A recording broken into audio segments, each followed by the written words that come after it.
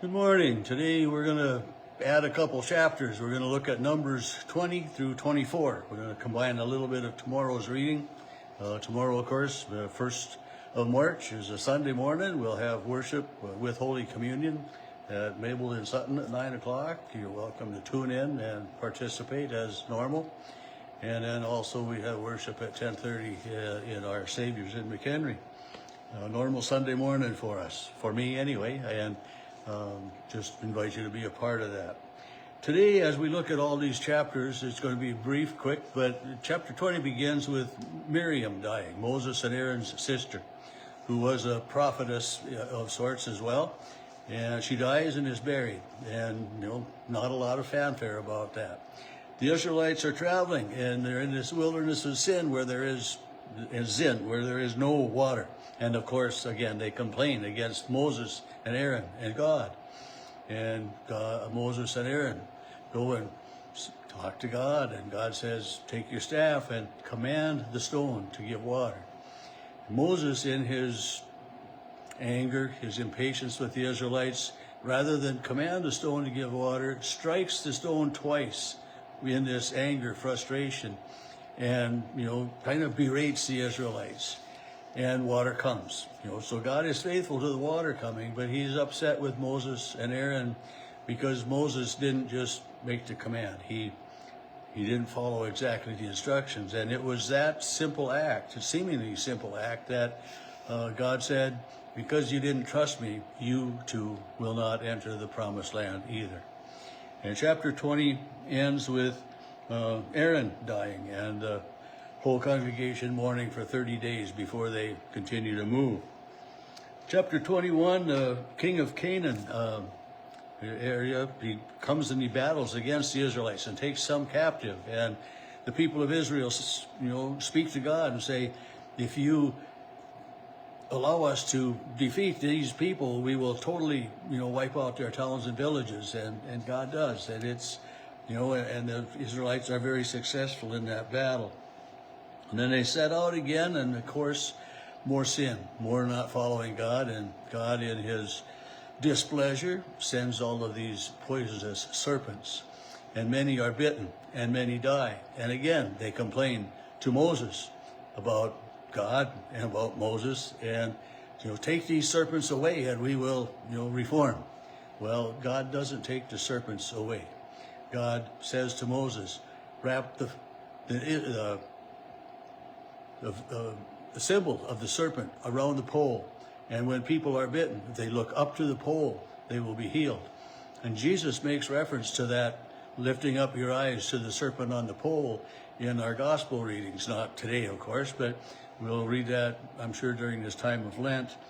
And that serpent on a pole is the symbol for the American Medical Association or the doctors, or anyway, that sign of healing. And so the people are then saved from that when they continue to travel around. And they continue to run into kings and peoples that won't let them travel through their lands. And there's one king, especially Balak, is afraid of these peoples. He says, and he calls for a prophet, Balaam, to come and pronounce a curse upon these Israelites, And so, of course, Balaam doesn't even respond to this King Balak's request first. He is, Balak is summoned, or Balaam is summoned by Balak to come, and he doesn't come. Well, he finally comes, he starts on the way, and he's riding on his donkey, and the angel of the Lord appears, and the donkey sees the angel and stops, tries to go around, and of course Balaam doesn't see the angel, and he three different times, he strikes this poor donkey, and the donkey finally turns and talks to him. Says, "What's the matter with you? I mean, I've carried you all my life, and then finally Balaam's eyes are opened, and he too sees the angel that way. And it's just an interesting story that God uses a donkey to speak to the Balaam, his prophet. And of course, Balak is still wanting Balaam to come and put a curse on the Israelites.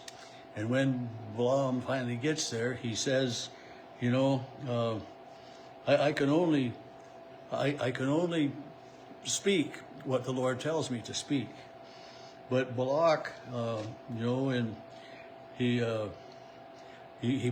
builds altars, and he sacrifices, and he does everything that he thinks he should, you know, in order to find favor with God.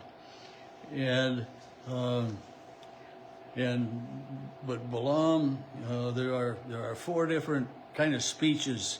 They call them oracles of Balaam, and you know, and it starts out, Balak has brought me from Aram, the king of Moab, from the eastern mountains. Come, curse Jacob, Israel. Come, curse Israel, denounce them. And he says, how can I curse what God has not cursed? How can I denounce those that God has not denounced? How can I curse those that God has blessed?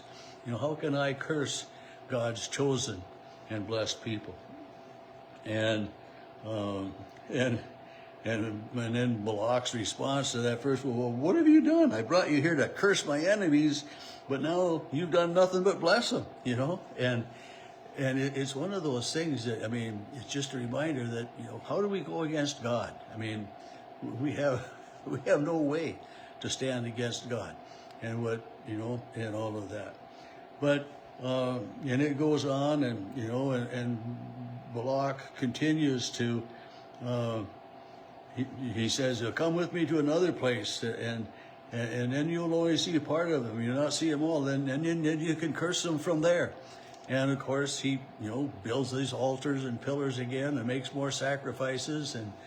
But again, the word of the Lord comes to Balaam, and I cannot curse God's chosen people, you know. And chapter 24 begins with Balaam saying that it pleased the Lord to bless Israel. You know, Balaam realized that, you know, he can't go against God.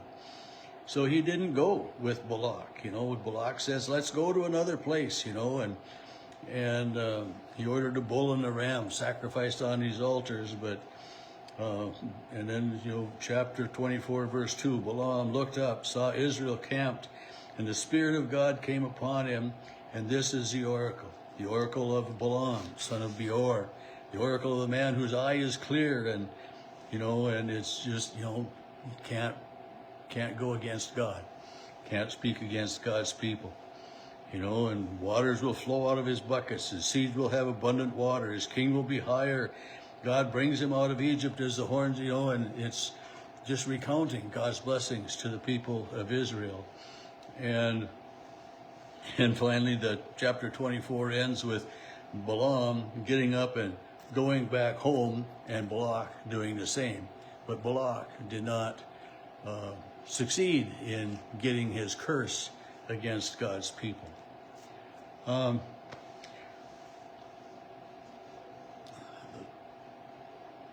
Yesterday, I was chatting with a friend and talking about a lot of different things. And I thought about that, especially today as I read that portion in here about the poisonous serpents and God taking them away. And how in our society, you know, we wonder, well, why does God let all of these bad things happen? And this friend of mine, who, I mean, shared,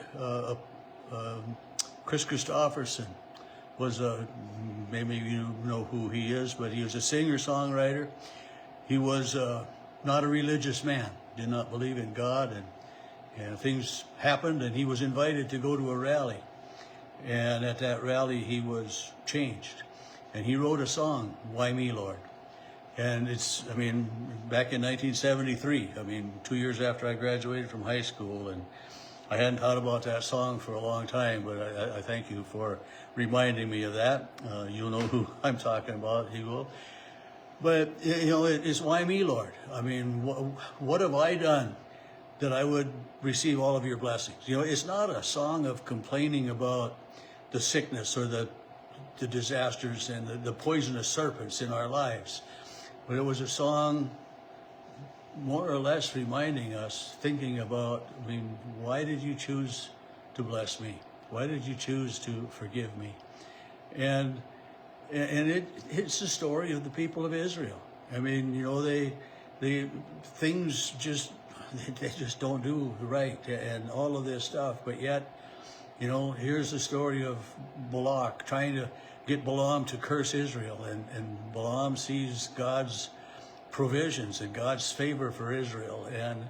And I think that song, I listened to it again later yesterday, and it's a reminder for us of God's love, of God's grace, of God's forgiveness, and of our unworthiness. And I think that's some more good stuff to think about during the season of Lent. And so I got maybe just a little sidetrack, but a little bit of added thought. And I just thought, I mean, that's just another way that God works. Here, you know, his friend shared with me yesterday, Chris Christopherson's song, Why Me, Lord? And it was just a reminder when I read that story about the poisonous serpents and God not taking the serpents away, but providing a way of healing in spite of the serpents, in spite of the poison in our lives.